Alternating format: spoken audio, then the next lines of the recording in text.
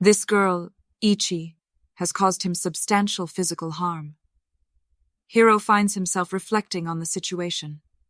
The things she said convinced him that she had something even worse prepared for him, a lengthy and painful demise. His emotions overwhelm him as he looks at her scarred skin and mutilated form. He must take control of the situation and make sure his plan goes through to survive. He can attempt to overpower her now, but in reality, doing so would not get him out of this unknown location alive. It is best for him to stick with their already outlined course of action if he wishes to make it out safe. Ouch! What the hell was that for?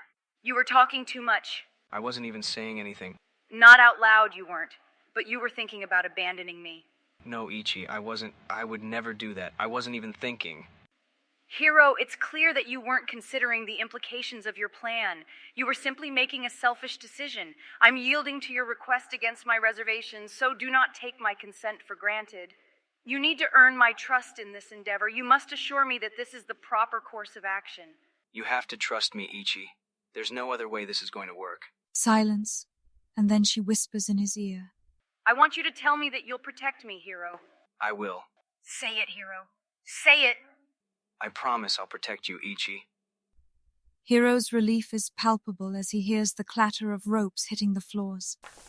Ichi first works on his hands and wrists, then moves down to untie Hiro's feet from the chair. After such a long period of tight restraint, Hiro can finally massage areas where the ropes have dug into his skin. So what do we need to do to get out of this place? Well, there is no straight shot out of here. Every floor is like its own fortified facility. We're currently on the 4th floor. There's not much up here besides some dwelling quarters, including mine. We need to stop there first. I have some supplies there I need to pick up, and I think I have a sweatshirt that will fit you. As much as I like having you with no shirt on, it's not practical at this juncture, wouldn't you agree? Ichi, I thought it was a bad idea from the moment it started. Jesus, are you already starting with this shit, Hiro? Look, don't piss me off, okay? I need to focus on what we're doing. I have clearance to floors 2, 3, and 4, but there is no way out of the complex without going through the security checkpoint on level 2. The head of security is there right now, and possibly one other person, but we will need their credentials to be able to get to the ground floor.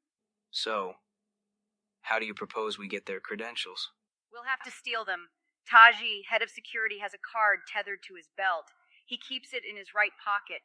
He's an absolute unit, Hiro, and he's armed. You and I are not prepared to take him on. Okay. So then who else has access to the checkpoint? Her name is Yoko, the closest person to Oji Yuma-chan. She's not one to get her hands dirty, but she commands everyone in this facility. There's another thing about her, Hiro. They call her a witch. A witch? Really? What's next, Ichi? A wall of werewolves guarding the front door? No, Hiro. It's not a full moon tonight.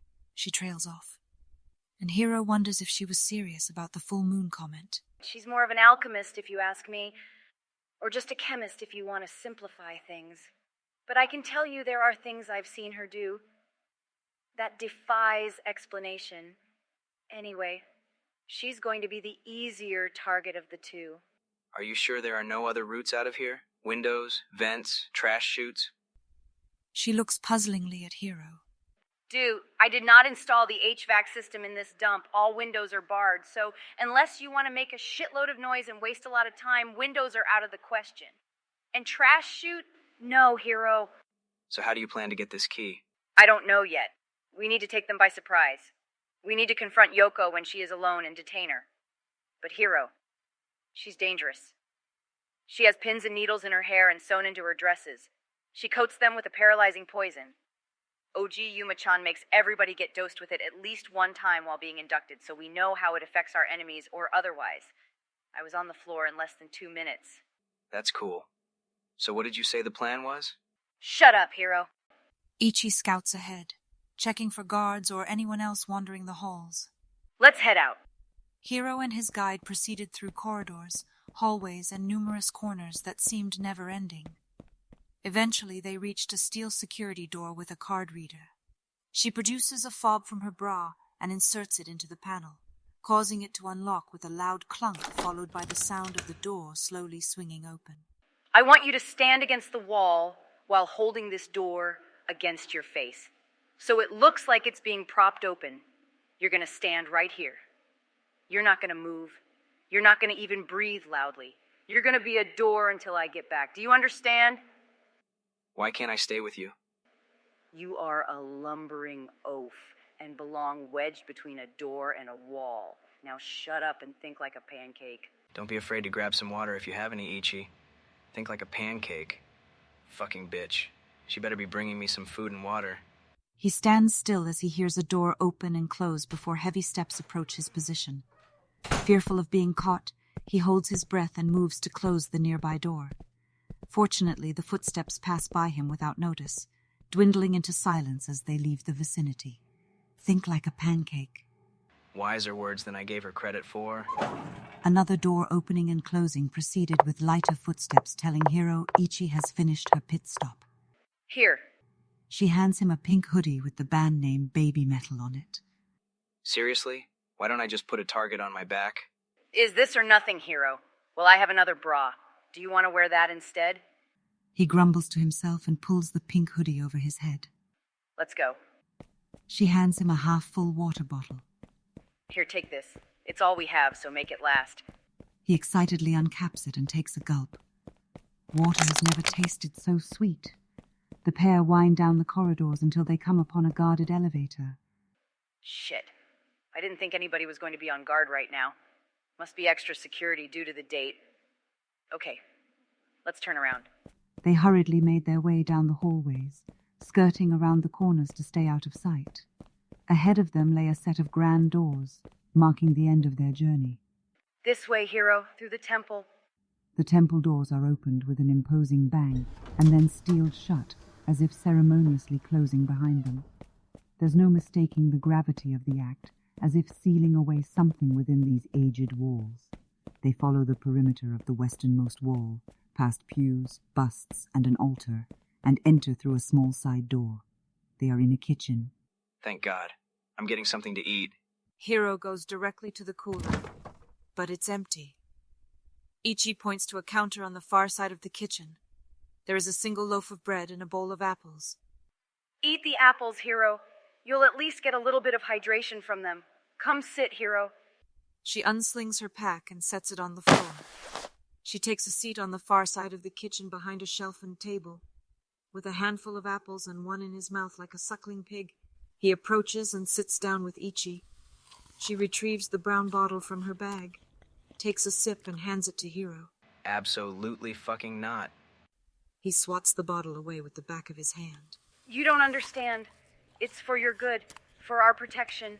Hiro chews his apple and stares at the crazy girl. There are forces at work, Hiro, that I don't completely understand. OG, Yuma can sense the activity and surroundings of certain individuals, me being one of them.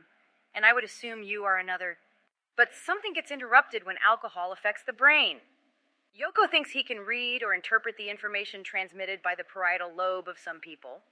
And it just happens to be that the parietal lobe becomes less active with the consumption of alcohol. I think Yoko also has a tincture that can block outgoing signals. Like wearing a tinfoil hat?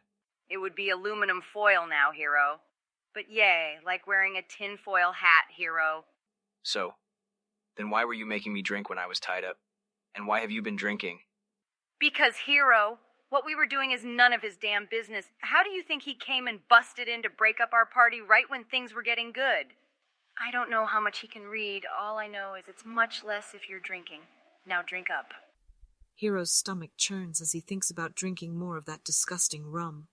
He nearly throws up in his mouth before he even takes a sip. Well, bottoms up, I guess. He begrudgingly takes a few sips of the gasoline-esque concoction and hands it back to Ichi. He leans back against a steel cabinet, breathing deeply and still eating an apple. Ichi is also leaning against the wall, bottle in her hand, and she slips into her mind's eye.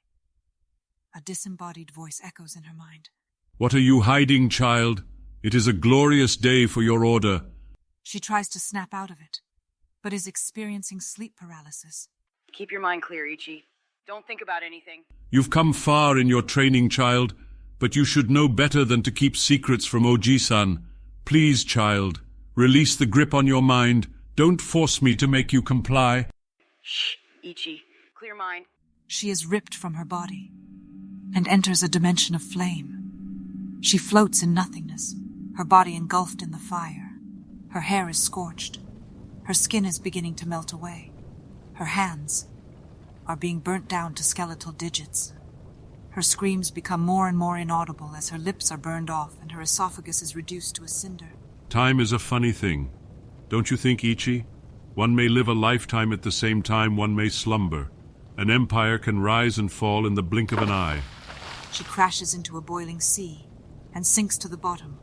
You wish for death, child? There is no death in this realm, you know that.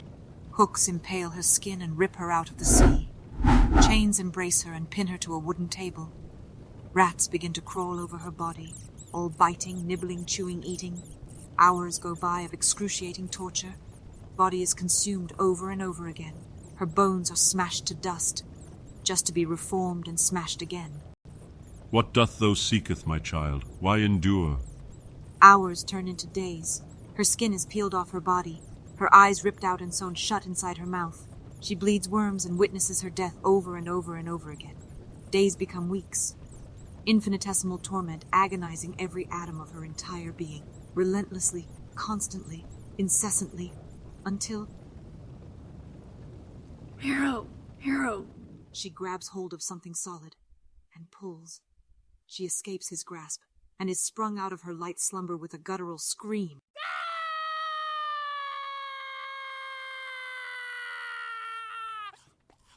Hiro is sitting there, still chewing the same bite of the apple. Aren't we trying to be, like, quiet? I beat him. You beat who? Me? Yeah, no shit. I'm still trying to unpack all that. I won. I did it. Glug, glug, glug, glug. She guzzles as much rum as she can handle, and heaves, but she's able to keep it all down.